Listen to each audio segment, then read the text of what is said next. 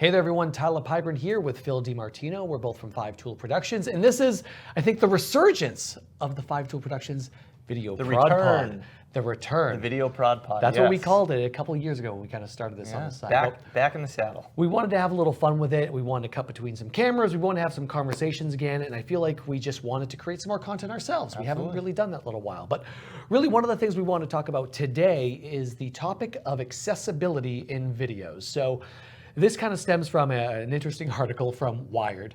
They talked about all the auto captions that are coming out there from all the different platforms out there right now, specifically YouTube. Obviously, YouTube used by so many people out there, especially kids. And what's interesting is some of those auto captions aren't, while they're good, they're certainly not great to this point. Yep. And things like the word corn is changing to the word porn. Not good. Sometimes the word chips is changing to SHITS. Not great. Not great for children, especially young kids. However, there are, what I want to talk about today with you, Phil, specifically is two things. One, the importance of accessibility in all your video content, whether that's live or on demand. And number two, the importance of getting your captions right. And how can you do that outside of just turning on auto captions, right? So first off, let's talk about the importance of accessibility in video content as a whole. Yeah, well, starting with the fact that a lot of organizations are requiring video content to be captioned now. That's the starting point. So if you're thinking about making a video, whether it's a live video or on demand or whatever it is, the very first thing you should be doing, is checking with your organization or your client or whoever it is to see what their requirements and their needs are regarding captioning. A lot of big organizations now, they're not publishing anything that doesn't come along with captions. That's a really good thing, right? We want these videos to be seen and consumed by as many people as possible, and it's a great leap forward. Now, one of the things that's kind of interesting is that I don't know that the technology has fully kept up with the demand. No, it definitely hasn't. And people assume that captions are easy because auto captions do exist in a lot of forms, things like YouTube and TikTok and Instagram, these platforms have auto captions. Now, to your point, not all captions are created equal and they're not always correct. Exactly. So when people talk about the needs for corporate versus the needs for baseline, can someone understand the basic message that's getting across? I think those are two very different things. So very important to have them included, but it's also very important to consider how you're delivering them. And this isn't new. Think about, if you were ever watching in a laundromat or a bar or a restaurant, and they had the evening news on, and they had live captions rolling. You'd have no idea what was going on unless you told everybody in the bar to be quiet, which I know happened actually during the Boston Marathon bombing a few years ago. We happened to be actually out at a restaurant, and they said, "We think we might actually have this person." Everybody turned down the volume for the games that were on. Everyone was quiet in the bar, and then we actually watched and listened. But 9 out of 10 times, that doesn't actually happen. And one of the things I actually remember, we had a webinar with 3Play.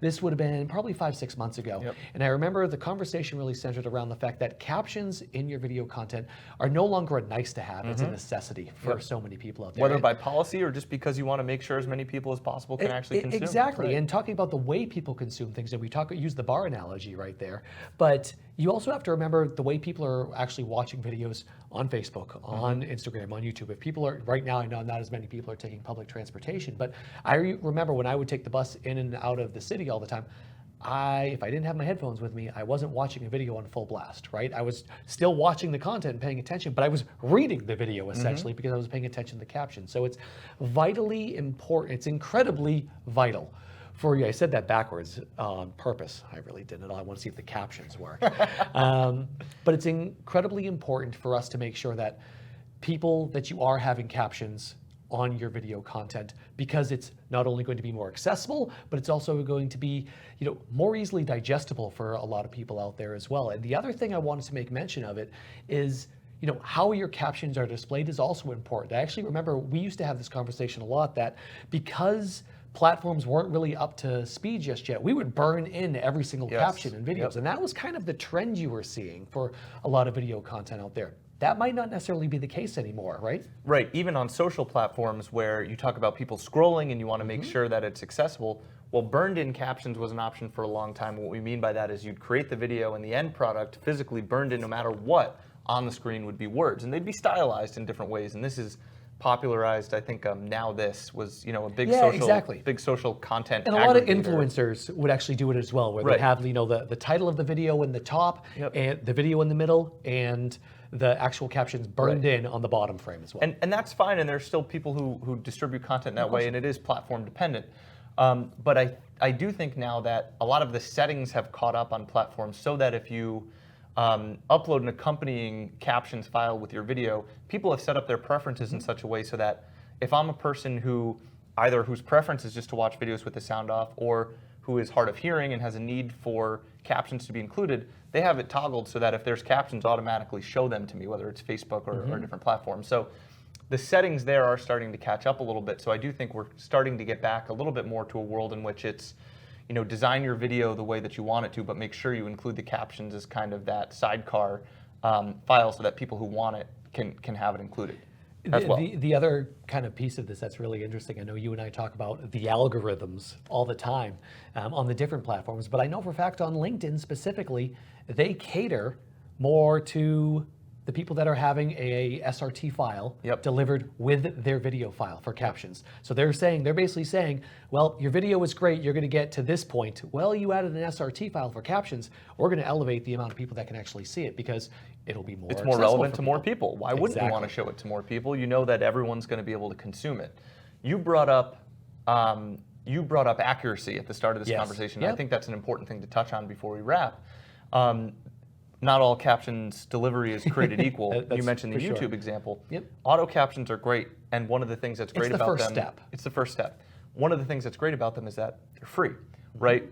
There are other levels to this, and depending on the need and the application and what you're doing and the time spent and all of that stuff, there are other solutions. We use other solutions as well that are machine learning. They're still AI-driven captions, but you can teach them.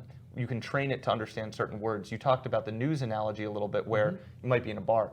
The things it's going to miss the most are proper nouns, names and places. Names of people, not everybody is named Bob Smith, right? It's going to miss some of those tongue twister names, right? That just gets caught up in translation. And we've seen some really interesting things kind of pop up in the past with some of those auto captions.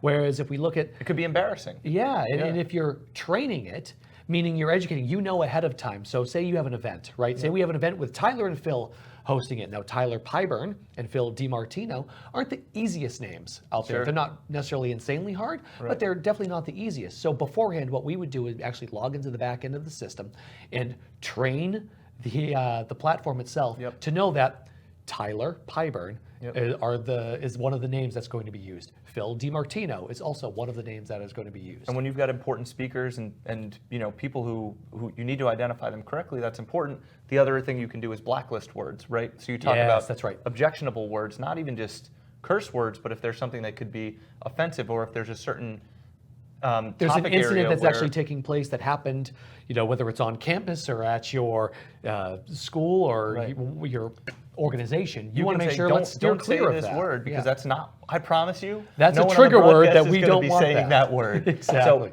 it's important both from accuracy of what we are saying and what we're not saying. So there's different levels, and it's important to think about what your needs are.